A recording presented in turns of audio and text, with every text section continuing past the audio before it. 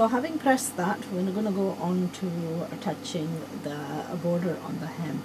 Now if you're new to the channel or new to the sewing side of it, I wouldn't advise to jump ahead and jump to this stage, like making the jacket and so on. I suggest that you experiment with perhaps the salwar kameez and easier versions, because this needs final touchments, and for the final touchments obviously we want a good result.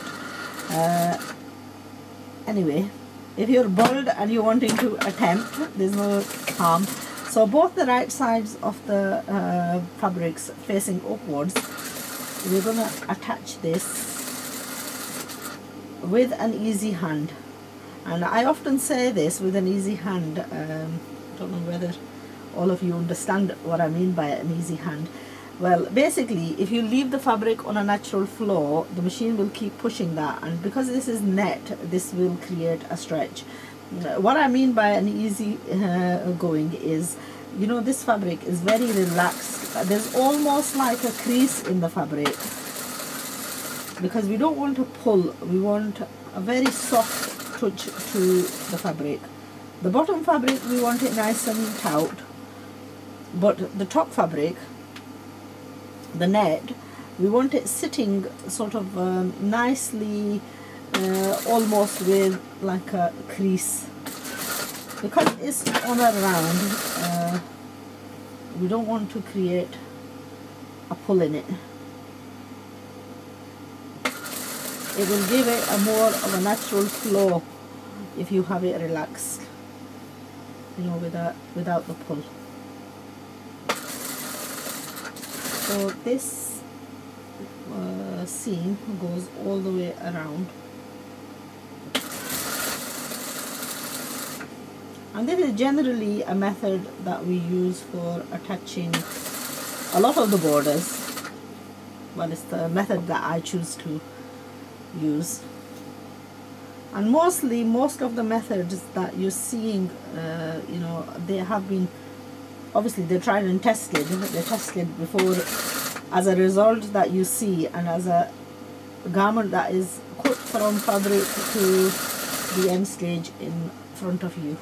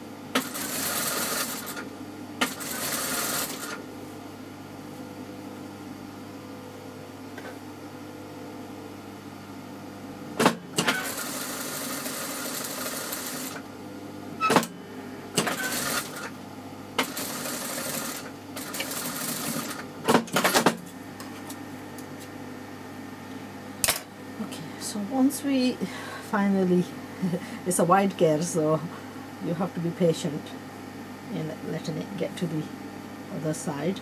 Once we've got to the other side, we're going to leave it flat. Leave about ½ an inch and cut away.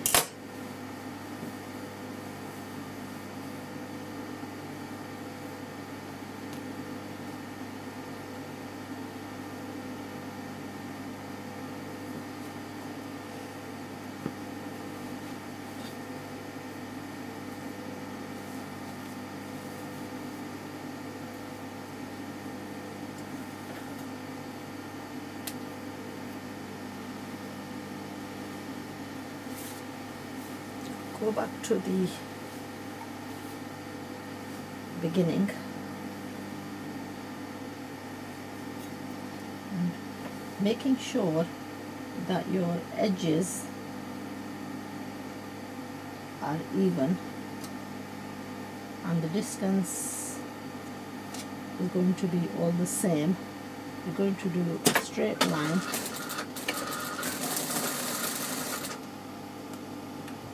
all the way up to the finishing. Gonna notch into that on an angle and then just turn that right side like such. I'm going to press that into place before we do the seam. Let's corner the other side off as well.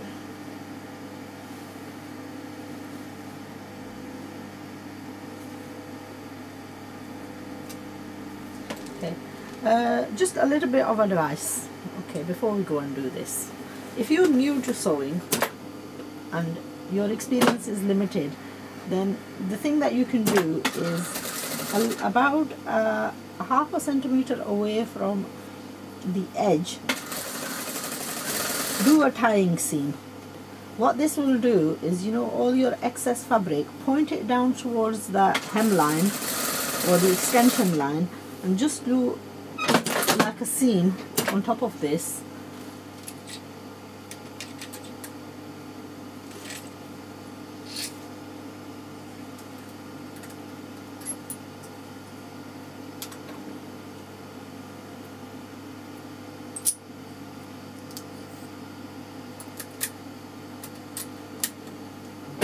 What this will do is make the second turning that you're going to do later on of the lace a lot easier.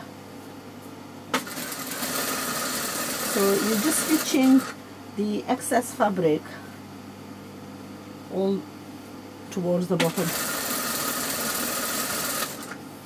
So a lot of the time it's little things like this that are time consuming that we tend to skip on, that, you know, later on will cause us problems, and we'll be unpicking and trying to fix the problems that we could have avoided by doing, you know, taking some simple precautionary measures. So, you know, the time that it takes you to do this is going to be less than the time that it's going to take you to unpick and redo a seam that you may end up making a mistake on. And also the other thing to bear in mind is, you know, the result that you get from the first time of doing something, the perfect result that you get is never the same the second time around. For some reason, you know, when you unpick something and you redo it, there is always a flaw in that. You know, in comparison to if you get it right the first time, you will get a beautiful result. So spending the time on doing it the first time is actually well worth the effort. I mean, us Asian tailors, one of the problems that we have is lack of patience.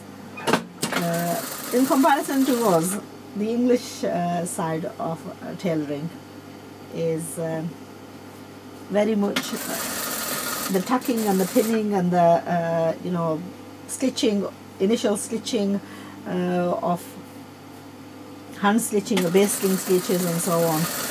all that is used so that the end result is good. That's something that we lack on, and it's a shame actually, because probably because we were never taught. You know, I find it very difficult to implement because I was never taught that.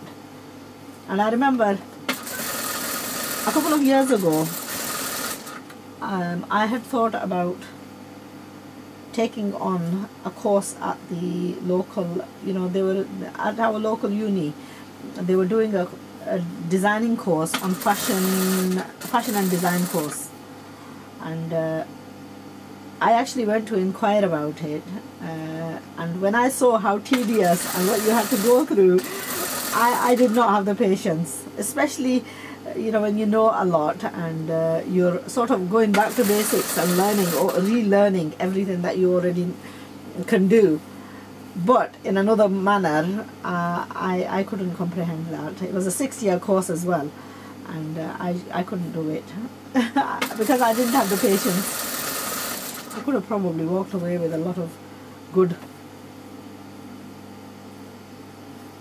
Anyway, alhamdulillah, I chose something better, which is, that's another story in itself.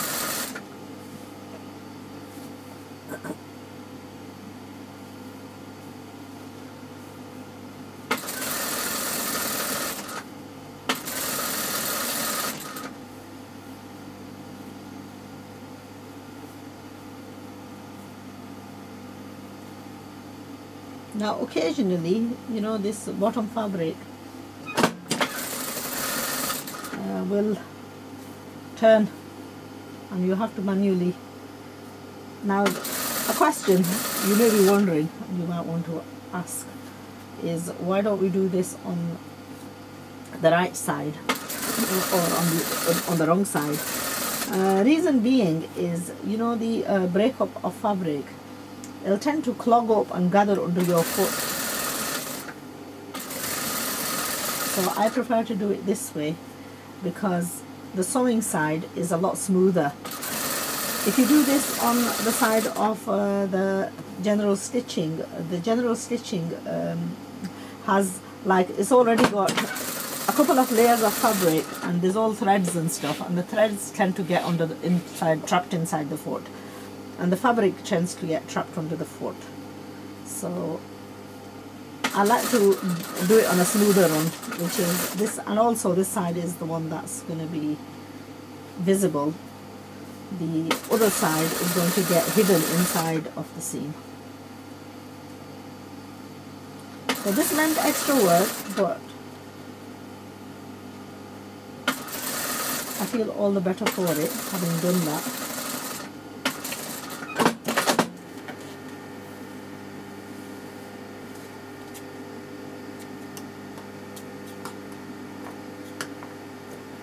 Okay, so that has just tied all that fabric to the spare fabric. Just let's close the other side and finish this trim off.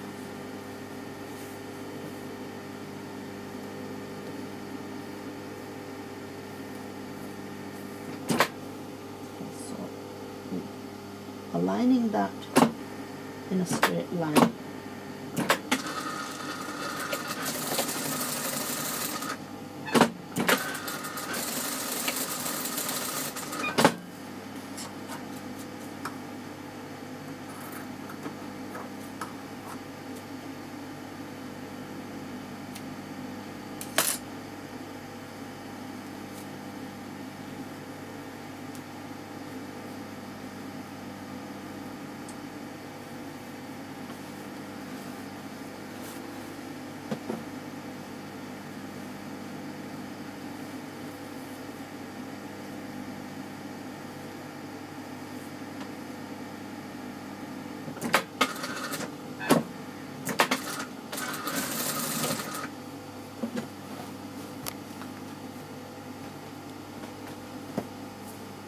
So what that's done is all that fabric is tied over, and doing this secondary seam is a lot easier because we're not having to worry about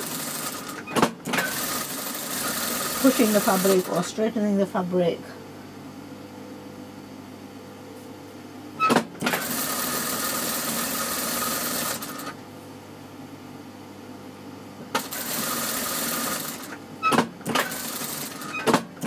again, this top layer that you're turning, just bear in mind that you don't create a pull in this. Occasionally you will pick the foot up and just even this out, and almost, I mean, if you're finding it difficult to do it with your hand, you know, by all means use like a pin or something to just keep the lace sort of pushed back.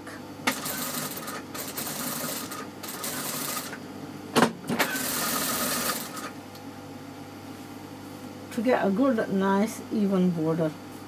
And what we want is, we don't want a twist in this. If you keep the fabric pushed towards the back, that will stop it from developing, you know, a twist in your hem. And I've seen that happen with quite a few, you know, people post results, or sometimes if they're local, they bring it in to show me what they've done. And generally this is one area where people tend to have problems, because they've let the machine push the fabric. And if you keep letting the fabric push and push and push, what will happen is this fabric over here, this border fabric, will end up getting like a twisty look in it. So what I'm doing is just using like a needle, because obviously I don't want to get my fingers too close to the machine's foot. So what I do is I just keep that pushed back, and that just helps me to keep the fabric running on a level sort of, you know, on the one side you've got the fabric being pushed by the machine towards me, and then what I'm doing is just reinforcing that pushing by keeping it in place and, you know, not let the machine sort of carry the fabric forward.